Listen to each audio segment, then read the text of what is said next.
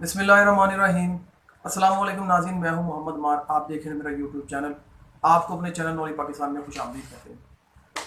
नाज़रीन, आज हम जिस मौजू के ऊपर बात करने लगे हैं वो है भारत में इस वक्त उठ रही जो आवाज़ें हैं खालिस्तान के नारे की। जी हाँ जनाब, आपको पता होना चाहिए कि भारत में इस वक्त खालिस्तान का नारा लगाने वाले आज़ादी के करीब पहुंच चुके हैं।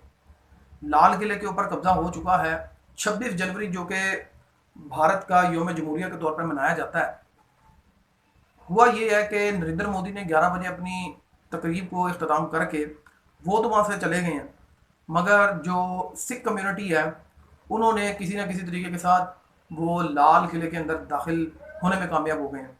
और जहाँ पे भारत का जो तिरंगा है, जो कि परचम लहराया जाता है, क्योंकि भारत खुद को एक सेकुलर स्टेट कहलवाता है।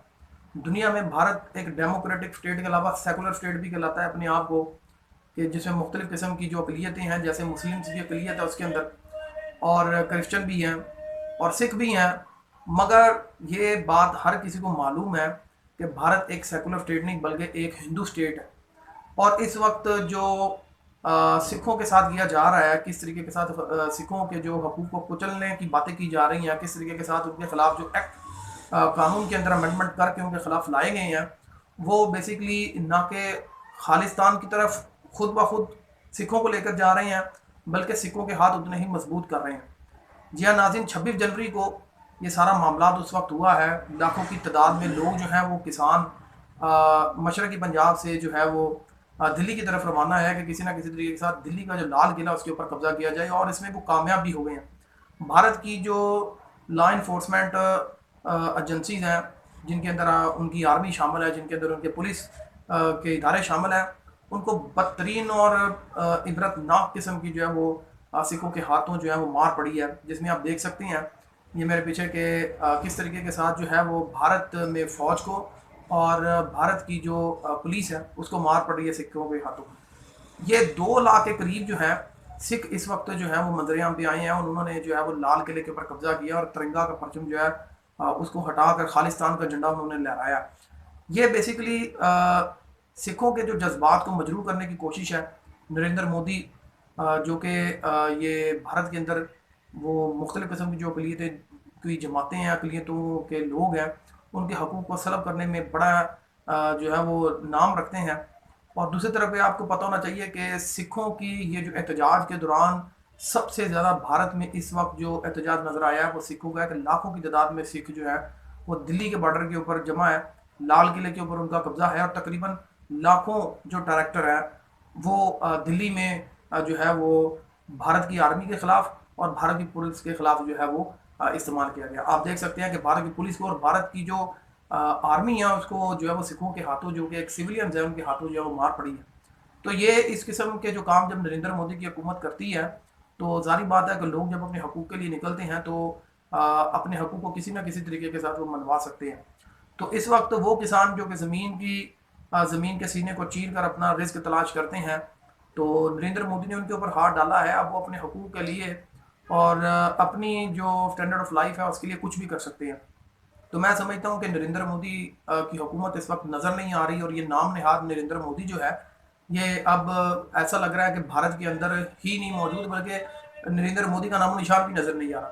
लाल किले के ऊपर तिरंगा का परचम हटाकर जो है वो खालिस्तान का नारा लगाना, खालिस्तान का झंडा लहराना, मैं समझता हूँ कि ये आने वाली तारीख जो है वो अपने आने वाले दिनों में ये तारीख अपने आप को दोबारा दोहराएगी।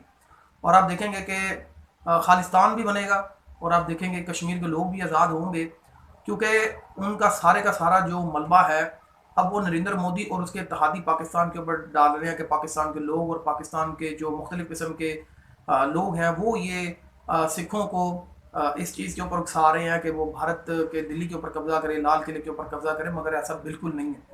आपने ज़्यादती और नाइंसाफ़ी जो है वो भारत में सिखों के साथ की है, जो कि आपके भारत आपकी टेरिटरी चार दीवारी बॉर्डर्स के अंदर रह रहे हैं। तो रोकना उनको आपका काम है, उन लोगों को रिलीफ मुहैया करना आपका काम है। जब आप रियासत जो होती है वो इक्वालिटी के बेस के ऊपर तमाम लोगों को हकूक़ देती है। जब आप किसान वो जो सारा साल मेहनत करते हैं, अगर उनके रिज़्क को छीनेंगे, वो सारे साल की मेहनत का क्रेडिट किसी और को लेके देंगे, बिजनेसमैन को देंगे, تو اس طریقے کے ساتھ پھر آپ کے اوپر تو توپوں کا رخ جو ہے وہ ضرور ہوگا. مگر بھارت جو مختلف قسم کی سرجیکل سٹرائک اور مختلف قسم کے ہتھ کنڈے استعمال کر کے پاکستان کے خلاف جو ہے الزام لگاتا رہا ہے، اور پاکستان کی آرمی نے 26 جنوری کو جو ہے وہ اس کو بالکل واضح طور پہ اس کا پیغام بھی دیا ہے، پاکستان ایئر فورس کو اس کا کریڈٹ جاتا ہے. تو اب اس قسم کی جو ہے وہ چیزیں نہیں چلیں گی. بھارت کو اب اس کا جواب دینا ہوگا. خالستان کے لوگ بھی ضرور کامیاب ہوں گے اور مقبوضہ کشمیر کے لوگ بھی کامیاب ہوں گے. بہت جلد یہ تاریخ زور پکڑے گی اور نریندر مودی کی حکومت بھی گرے گی، اور نریندر مودی کو آنے والے اپنے ہی الیکشنوں میں لوگوں سے عبرتناک جو اس کی عزت ہے وہ پامال ہو جائے گی. ناظرین، خالستان کے حوالے سے جو ہمارے پاس معلومات تھی وہ ہم نے آپ کو مہیا کی. اپنے آنے والی ویڈیو میں اس قسم کے جو ورلڈ لیول کے اوپر جو کرنٹ افیئر ورلڈ افیئر چل رہے ہوتے ہیں، جو دنیا کے معاملات چل رہے ہوتے ہیں، ہمارا مین مقصد آپ کو سے باخبر رکھنا ہوتا ہے. اپنی اگلی ویڈیو میں اس طرح کی مزید آپ کو اپڈیٹ دیتے رہیں گے. اپنا رکھیے خیال، مجھے اجازت. اللہ حافظ.